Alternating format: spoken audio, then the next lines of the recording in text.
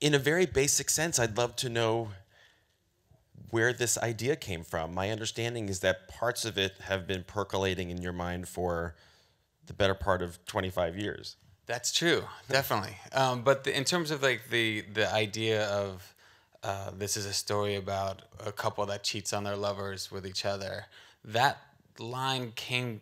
That's kind of one of those things that drops out of the sky, and I was carrying around for maybe the past couple of years. What really attracted to me was this idea that the whole narrative was within that sentence, and it was something that it took me a while to figure out, like to find the time and the space and also the direction that it could potentially go. But it stayed. I think I gather these ideas, and then the ones that just stay and kind of playing, and you start picturing until the time you're ready to write. That was one of those. And then in terms of why then, I'm I think I went through a situation once got to my 40s where suddenly I'd gone through the waves of, births and death, and suddenly I was surrounded by people that were splitting up, and there were couples that I knew, and I loved them as couples, and it was hard for me to kind of just come to peace with the idea that this love that I believed in of them just being gone, and so in some ways this was also a way to make peace with that. So when you're kind of coming up with your wish list of who you would want in these two lead roles, we were talking backstage. I said, how long has it been since Debra Winger has had a lead role in a film? And you said over 20 years. We went back on IMDb. Forget Paris was like 1995. How did you even have the guts to approach her? And did you just think you would have a shot at getting her to do this movie? I had an amazing experience where I made a film called Terry in 2011. I was doing a screening of it in New York City in a Q&A, and on the way out, this woman stops me, and it's Debra Winger, and she's there with her son, and she stops me, and it's a brief conversation where she just expressed how much that the film really resonated with her, and obviously it meant a lot to me because it was coming from Debra, but also there was a moment in that conversation where just feeling those eyes that I knew so well from films, feeling those eyes on me and feeling what that impact was, it stayed with me in a big way. And I remember walking away feeling like, there's something there. There's something said there that wasn't in the words, but there was a connection that I felt with her. And then about a month or two later, I wound up receiving a handwritten letter that said Debra Winger on the stationery, and just again expressing how much she cared for the film and for me to keep her in mind for something, and like maybe we can make something together. So which I took the letter, I put it right above my desk, and I really brought her every project that I was involved in, even the show I was doing with HBO.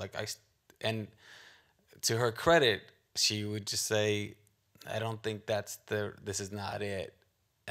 So I wrote with her in mind, but also not with a guarantee. She proved herself to be extremely as selective as we all know she can be.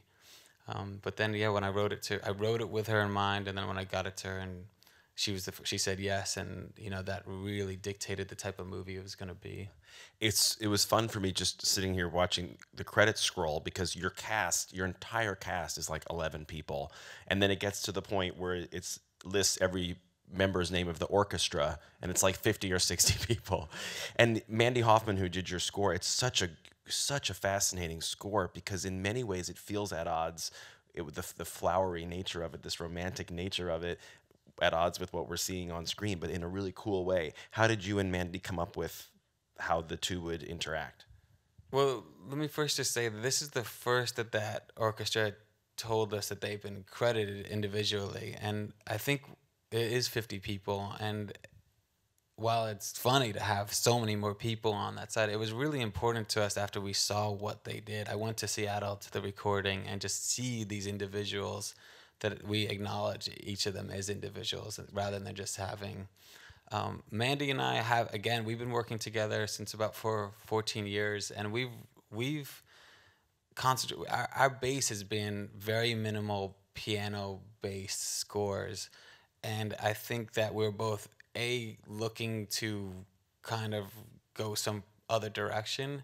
And I think that because the piano, we had a conversation obviously about the influences. There was that, but also just because the piano is such a main character in this story, we knew, all right, we're going to take that away from everything else, and that really suddenly opened up. Just once that foundation was gone, then we're talking about strings, and we're talking about this, and we're going back to the influences, and we're temping out it with some of those classic movie, and we're seeing this kind of schism that's happening of where they contrast each other and how they sync up in strange ways. I like the idea of the score of, like, I've always thought of this film beginning the way that a lot of those romantic comedies end, and that's this happens the next day or 10 years later or 20 years later. But what happened if the score from those movies kept playing as we become just through the grime of life, and the idea that the things that you're escaping from become more weight than what you were first running from.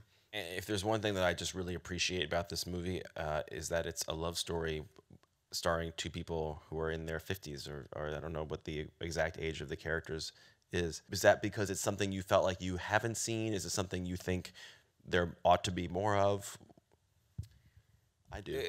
Well, I've been really happy to hear that from people, that they feel like this is reflecting. I do know that that was reflecting something that they feel, but they don't get to see on screen. And I know that that was a big pull for Tracy. Tracy just felt like, I remember on the first call, he just said, this idea that all these things stop, that you figure things out, that suddenly you're set in your ways at 50 or around that age is just so not true for him and not true for anybody that he knows.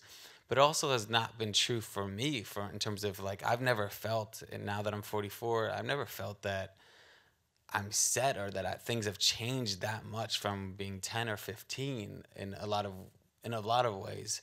So the age thing wasn't, it wasn't like it really kind of came down with just like, I knew I wanted to make this with Debra.